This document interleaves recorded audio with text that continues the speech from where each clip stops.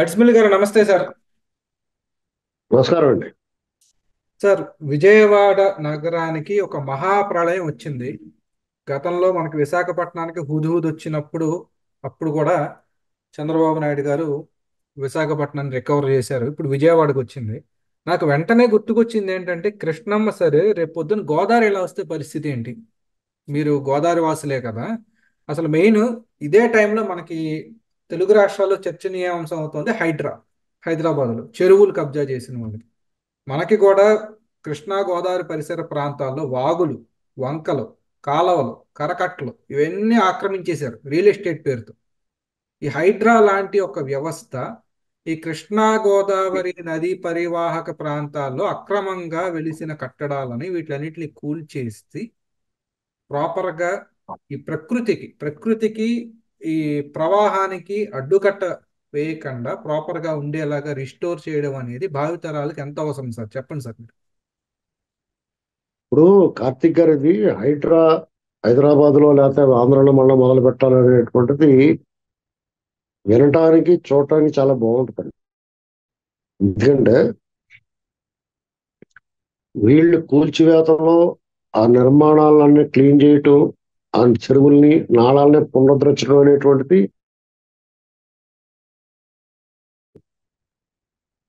అక్కడ ఇప్పుడు రంగనాథ్ గారు ఇంటర్వ్యూలో చెప్పాడు. ఆయన ఏమంటున్నాడంటే విలాసవంతమైన భవంతులు, గెస్ట్ హౌస్లు, ఫామ్ హౌస్లు, వాణిజ్య సముదాయాలు ఉంటే కూల్చేస్తాం, మధ్య తరగతి జోలికి పోవం, పీపుల్స్ రెసిడెన్స్ చాలా తక్కువ ఉండేలా చూసుకుంటాం అన్నాడు. అలా చూసుకోకపోతే తోలు తీసేస్తారండి, ఎవడు ఊరుకుంటాడు? ఇప్పుడు ఒక స్థలం, ఆ స్థలానికి పర్మిషన్ ఎవడిచ్చాడు కట్టుకోవడానికి? ఆ పనులు ఎందుకు కట్టించుకున్నారో, పవర్ కనెక్షన్ ఎందుకు ఇచ్చారు? ఒక ప్రభుత్వం దీన్ని రెగ్యులేట్ చేయడానికి ఒప్పుకున్న తర్వాత నువ్వెవడో కూల్చడానికి? ఇలాంటి ప్రశ్నలన్నీ వస్తాయి, న్యాయపరమైన చిక్కులు ఉంటాయి. వాళ్ళు చేయాల్సింది ఏంటంటే పర్మిషన్ లేకుండా, పర్మిషన్తో సంబంధం లేకుండా కట్టుకుంటారు. అలా కట్టినప్పుడు ప్రజలతో ముడిపడి ఉంటే, మధ్య తరగతి పేదవాళ్ళతో ముడిపడి ఉన్నప్పుడు వాళ్ళు ఎవరి దగ్గర అయితే కొనుక్కున్నారో వాడి దగ్గర రికవరీ చేయాలి. వాళ్ళు రికవరీ చేసి ఇప్పించి అప్పుడు కొట్టాలి దాన్ని. మూలానికి వెళ్ళాలి, సమస్య మూలానికి వెళ్ళటం. ఇప్పుడు సమస్య మూలం ఏంటి? చెరువులు కబ్జా చేశారు, లేకపోతే నదీ గర్భంలో కట్టి రకరకాల ఇవన్నీ సమస్య మూలం అది కదా అనుకుంటున్నారు. అలాగే దీని విషయంలో కూడా సమస్య మూలానికి వెళ్ళాలి. ఇది ఎవడు ఆక్రమించాడు, ఇది ఎవడు అమ్మాడు ప్రజలకే, ఎవడు పర్మిషన్ ఇచ్చాడు, ముందడితేనే పట్టుకోవాలి. మొత్తం సెట్ అయిపోతుంది, ఎవడేం బాధపడ్డా. మీరు ఒక ఇల్లు కట్టుకున్నారండి, ఎవడో స్థలం అమ్మాడు మీకు, ఇప్పుడు అది కొట్టేస్తే ఎవడు నష్టపోతున్నాడు? దాన్ని ఆక్రమించి స్థలాలు మీకు అమ్మినోడు బాగుపడ్డాడు, దాని పర్మిషన్ ఇచ్చినోడు బాగుపడ్డాడు. కష్టం నష్టం ఎవరికి? మీకంటే మీరే చూసుకుని కొనుక్కోవాలా? ప్రభుత్వానికి బాధ్యత లేదా? మీ చేత కరెంట్ పవర్ కనెక్షన్ ఇచ్చింది, పనులు కట్టించుకుంటుంది, ఆఖరికి ఆ చెత్త ముండ కూడా చెత్త పన్ను కూడా వేసాడు మీ మీద. ఇది ఇక్కడ ఇక్కడ సమస్య వస్తుందండి. అందుచేత హైడ్రా అనేటువంటిది ఏంటంటే ఒక రకమైన భయాందోళన కలిగించింది. ప్యానిక్ కండిషన్ లోకి వెళ్ళింది హైదరాబాద్ లో. ప్రభుత్వాలు మారిపోతాయండి, అర్థమైందా మీకు? ఇప్పుడు ప్రొక్లైన్లు పట్టుకుని వాళ్ళు వెళ్ళి కూల్చేస్తాం పెద్ద గొప్పగా, నిర్మించడం గొప్ప, ఇదేదో హీరోయిజం కింద ఏమి ఉండదండి. అలాంటి అధికారులు కూడా చాలా నిష్కళంకమైన అధికారులు వేయాల. సత్యంబాబు లాంటి బుక్ చేసేసిన వాడికి అప్పచెప్పి వాళ్ళు ఈత కవర్ చెప్తే ఎలాగంటారండి? సత్యంబాబు లాంటి జీవితం నాశనం అయిపోయింది, ఒక కోర్టు వదిలేసింది అతన్ని నిర్దోషాన్ని. మరి అతను బుక్ చేసిన వాడిని, వాళ్ళ సాక్ష్యాధారాలు సేకరించి అతని మీద కేసు బనాయించిన వాళ్ళని, అతను ఇరికించిన వాళ్ళకి శిక్ష ఏదండి? అలాంటిదే ఇది కూడా. ఆ స్థలాన్ని ఆక్రమించి అమ్మినోడు సేఫ్ గా ఉంటున్నాడు, పర్మిషన్ ఇచ్చినోడు ఇద్దరు ముగ్గురు సస్పెండ్ చేస్తే అయిపోతుందా? డిస్మిస్ చేయాలి, మొత్తం ఆస్తి రికవర్ చేయాలా, బాధితులకి అప్పచెప్పాలి. ఈ దమ్ముందా ప్రభుత్వాలకి, ఈ అధికారులకి? లేదా శివమణిలో నాగార్జునలో పోజు కొడితే సరిపోద్దా? ఆలోచించుకోవాలి. ఇది కూల్చేయడం పెద్ద గొప్పే ఉందండి, విశేషం ఏముంది? నీ చేతిలో ఆ తిరుగులేని అధికారం ఉంటే ఏ ఇల్లు ఎవరిదైనా కూల్చేయచ్చు.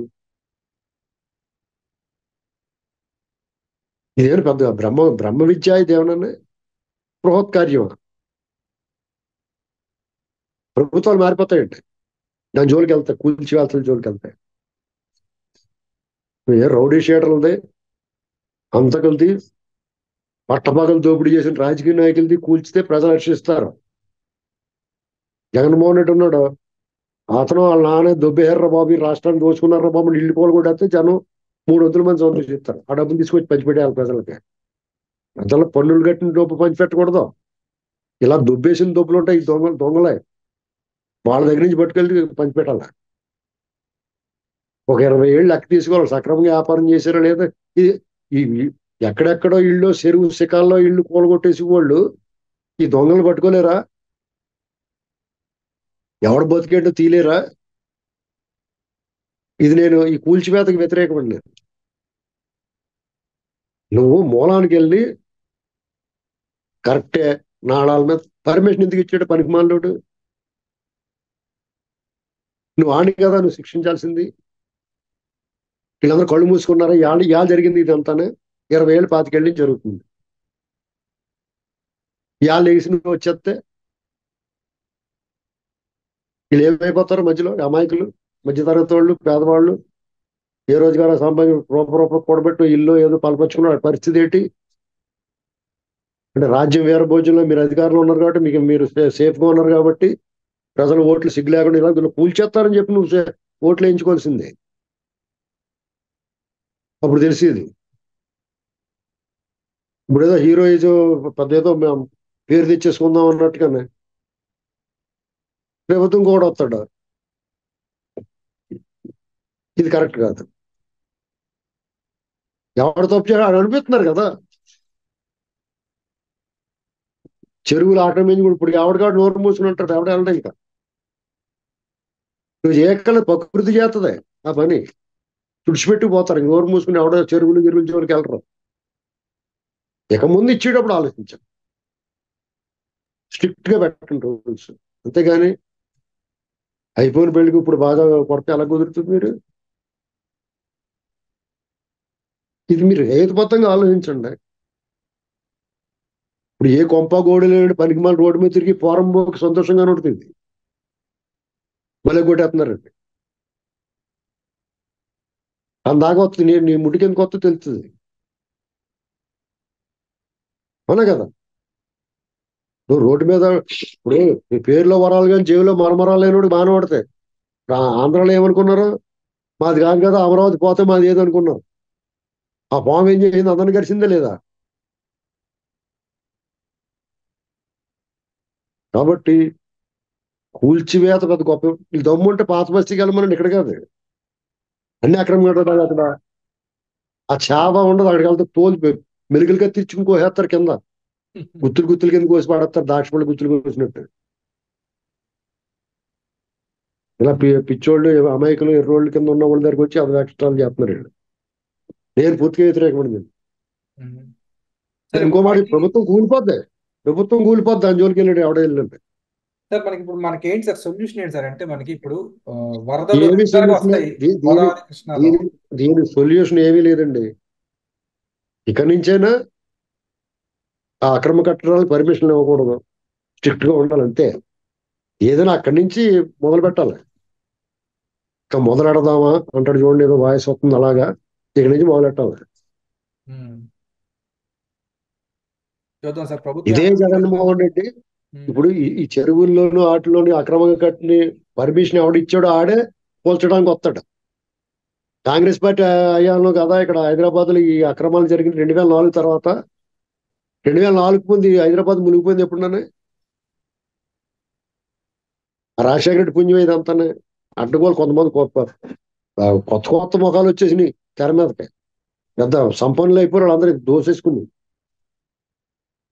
ఇప్పుడు జగన్మోహన్ రెడ్డి బ్యాచ్ వస్తారు, వాళ్ళే మొదలెడతారు. మళ్ళీ వాళ్ళే దోచేసుకుంటారు, వాళ్ళే ఈ అక్రమ కట్టాలకు పర్మిషన్ ఇస్తారు, వాళ్ళే ఇవన్నీ చేస్తారు. రేపు పొద్దున్న నుంచి ఈ కోల్స్ మీద మొదలెడితే వాళ్ళు అడ్డం పడతారు. సిపిఎం సిఐ వామపక్షాలు రెడీగా ఉంటాయి ఇవన్నీ మాట్లాడతాను. వాళ్ళే జెండాలు పాతి ఈ చెరువులు గిరువులు ఆక్రమించుకుని ఇళ్ళు కట్టించారు వాళ్ళు. ఇప్పుడు మళ్ళీ వాళ్ళే వస్తారు. ఇప్పుడు వాళ్ళ పొట్టలు అందలేదు అయ్యి అని మాట్లాడుతున్నాడు నేను ఒక ఆయన. ఇక్కడి నుంచైనా ప్రభుత్వం స్ట్రిక్ట్గా ఉండాలి, అంతేగాని కట్టిన ఇళ్ళు కూల్చేస్తాం అదేమైనా హీరోయిజమా? కూల్చడం పెద్ద గొప్పే ఉందండి. నువ్వు నిర్మించాడికే ప్రత్యామ్నాయంగానే ఇలా పరిహారం ఇచ్చి కూల్చు. నేను ఎవడొద్దన్నాడో, నీకు అంత ప్రేమ ఉంటే ప్రకృతి మీద, లేదా ఆ బిల్డర్ దగ్గర, లేకపోతే అక్రమాలు చేసిన ఆఫీసుల దగ్గర మొత్తం ఆస్తులు ఆక్కుని వాళ్ళు పంచిపెట్టండి. అవన్యాయం చేయరు కదా. ఎవడో ఒకటి గోమే కొట్టేసిపోతారంటే కుదురుతుందా? ఇది సివిల్ వార్ వచ్చేది. ఇది మొదలెడితే దానికి తోటి ప్రతిపక్షాలు రెడీగా ఉంటాయి. గవర్నమెంట్ మారిపోతుంది. Mark my words. గవర్నమెంట్ ఉండదని, వీళ్ళు ఇల్లు ఎలా కూలుతారు, ప్రభుత్వం కూడా అలా కూలుతారు. చూద్దాం సార్, ప్రభుత్వం మన ఆంధ్రప్రదేశ్ ప్రభుత్వం ఏం చేస్తుంది దేనికంటే మనకు ప్రతి సంవత్సరం ఆంధ్రప్రదేశ్ ప్రభుత్వం ఇలాంటి అవివేకమైన పనులు చేయాలి. తెలివైన వాళ్ళు కొంచెం. కరెక్టే సార్. అంటే నా ఉద్దేశం ఏంటంటే మనకు ప్రతి ఏడు వరదలు ఎవడో ఒకటి చేతికిచ్చి, ఎవడో ఒకటి పిచ్చోడు చేతికి రాయించి కొట్టేమని చెప్పరు.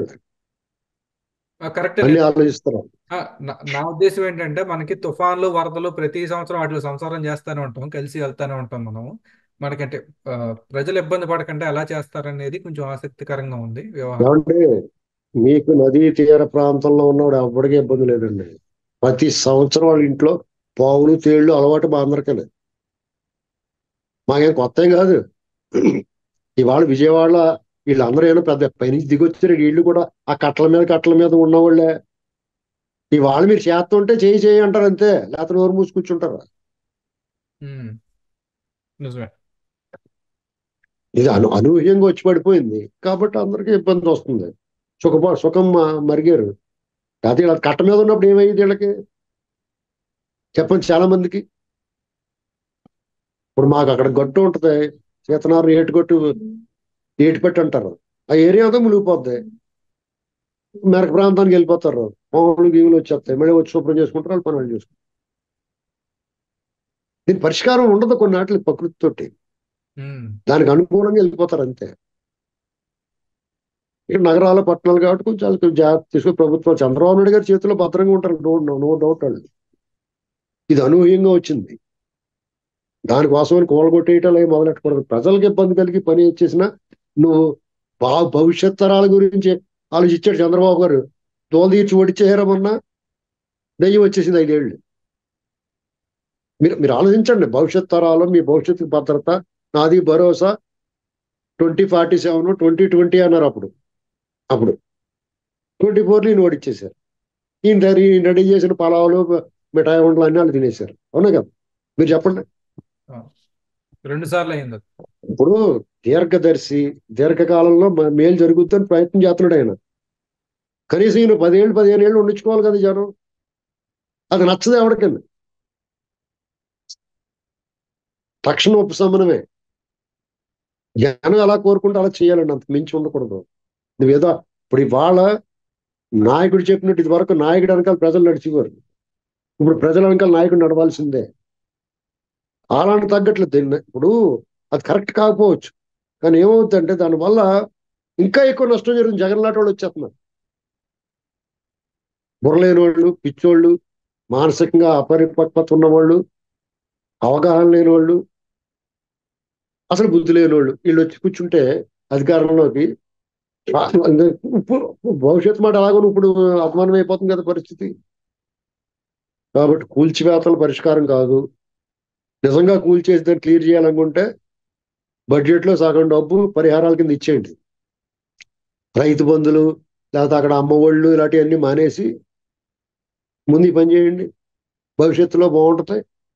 వెంటనే మన్నాడు దింపేస్తారని ఓడించి పంపేస్తారండి. వాళ్ళు ఒళ్ళెరగసేం ఏమీ లేదు. తెలంగాణ గవర్నమెంట్ కూడా మారద్దు. ఆంధ్రప్రదేశ్ ఇలాంటి పని చేస్తే వాళ్ళు మారు. ఎంత ప్రేమించారో నెక్స్ట్ వెంటనే 2 నిమిషాల్లో మారిపోద్ది మనసు.